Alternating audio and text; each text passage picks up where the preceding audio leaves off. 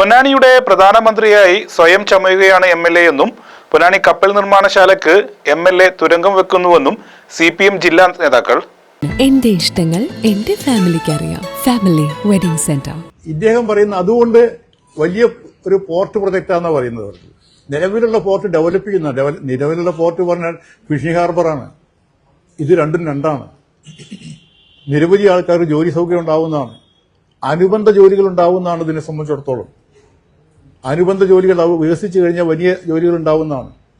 Government വളരെ serious ആയിട്ടുള്ള രൂപത്തിലേക്ക് ഡിസ്കഷൻ നടത്തിയതിന്റെ അടിസ്ഥാനത്തിലാണ് അവിടേക്ക് വരേണ്ട പൊന്നാനിയിലെ അതുപോലെ തന്നെ നമ്മുടെ പടിഞ്ഞാറക്കരയുമായി ബന്ധിപ്പിക്കുന്ന പാലത്തിന്റെ അലൈൻമെന്റ് പോലും മാറ്റിക്കൊടുത്തത്. ആദ്യത്തെ അലൈൻമെന്റ് അല്ല ഇപ്പോ കിഫ്ബിയുടെ മുമ്പിലുള്ളത്. ആ അലൈൻമെന്റ് മാറ്റിക്കൊടുത്ത് ഗവൺമെന്റ് ചർച്ചയിൽ കൂടി. കാരണം ഇത് വലിയൊരു ഇൻഡസ്ട്രിയാണ്. കുറെ ആൾക്കാർ തൊഴിലവസരം ഉണ്ടാവുന്നതാണ്. നമ്മുടെ ആദ്യത്തെ തൊഴിലില്ലായ്മ പ്രശ്നം പരിഹരിക്കണമെങ്കിൽ സ്വകാര്യ മേഖലയ്ക്കകത്തുള്ള വ്യവസായങ്ങൾ വന്നേ തീരൂ.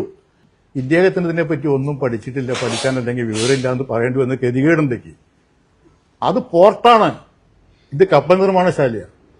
ആ പോർട്ടിനെ സംബന്ധിച്ചിടത്തോളം അവിടെ മിനി പോർട്ട് നിർമ്മിക്കാനുള്ള ടെൻഡർ കൊടുത്തു. ഞാനതിന് കുറെ മെനക്കെട്ടാളാ. ഇത് വന്നത് കപ്പൽ നിർമ്മാണശാലയാണ്. അത് രണ്ടും രണ്ടാണ്. അതായത് പറഞ്ഞാൽ അദ്ദേഹം വിഷയം പഠിക്കുന്നില്ല. ആ പ്രൊജക്ട് റിപ്പോർട്ട് നിങ്ങൾക്ക് തരാം, ആ പ്രൊജക്ട് റിപ്പോർട്ട് നിങ്ങൾക്ക് തരാം, ഈ പ്രൊജക്ട് റിപ്പോർട്ട് നിങ്ങൾക്ക് തരാം. മാരിടൈം ബോർഡിന്റെ ആൾക്കാരായിട്ട് ചർച്ച ചെയ്ത അടിസ്ഥാനത്തിലാണ് ഈ പ്രൊജക്ട് പ്രപ്പോസൽ വന്നത്. അതിനുശേഷം ടെൻഡർ നടപടിയെല്ലാം പൂർത്തീകരിച്ച് ഘട്ടത്തിൽ ഇത് സ്പീഡപ്പ് ചെയ്തുകൊണ്ട് വേഗം പ്രൊജക്ട് വേണമെന്ന് ആവശ്യപ്പെട്ടുകൊണ്ട് മുഖ്യമന്ത്രി അടക്കമുള്ള ചർച്ചയിൽ ഞാൻ പങ്കെടുത്ത ആളാണ്. അതിന്റെ അടിസ്ഥാനത്തിലാണ് മുഖ്യമന്ത്രി അടക്കം അംഗീകരിച്ചുകൊണ്ടതാണല്ലോ, അന്നത്തെ മുഖ്യമന്ത്രി അംഗീകരിച്ചുകൊണ്ടാണല്ലോ മാരിടൈം ബോർഡിന് പ്രപ്പോസൽ അംഗീകരിക്കാൻ പറ്റുക. എന്നിട്ട് ചീഫ് സെക്രട്ടറി ഒപ്പിടുന്ന ഉദ്യോഗസ്ഥന്മാരാണല്ലോ. നേരത്തെ പറഞ്ഞ പോലെ മാരിടൈം ബോർഡിന്റെ ചെയർമാൻ അല്ലല്ലോ ഒപ്പിടുക. ആ ദുരൂഹത എന്തെന്ന് നിങ്ങളും ഞങ്ങളും നമ്മളെല്ലാവരും അന്വേഷിക്കുന്നുണ്ട്. ഇപ്പൊ ഇത് തടസ്സപ്പെടുത്തിയിട്ടില്ല. തടസ്സപ്പെടുത്താനുള്ള വഴിയാണ് തേടിക്കൊണ്ടിരിക്കുന്നത്. അതിന്റെ വാദമാണ് ഉന്നയിച്ചുകൊണ്ടിരിക്കുന്നത്.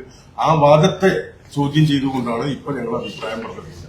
കൺസെഷൻ അഗ്രിമെന്റ് സാമാന്യം നന്നായി രാഷ്ട്രീയപ്പെട്ടൊരു കൺസെഷൻ അഗ്രിമെന്റ് ആയിട്ട് എനിക്ക് തോന്നിയത് വളരെ മെറ്റിക്കുലസ് ആയി ശ്രദ്ധിച്ച് ചെയ്തിട്ടുള്ളതായിട്ട് എനിക്ക് തോന്നിയത്. ഞാൻ എന്റെ ഒരു അഭിപ്രായം പറയണം. മേ ബി നമുക്കെല്ലാം നിങ്ങളൊരു ധാരണകളുള്ളതാവുന്നില്ല.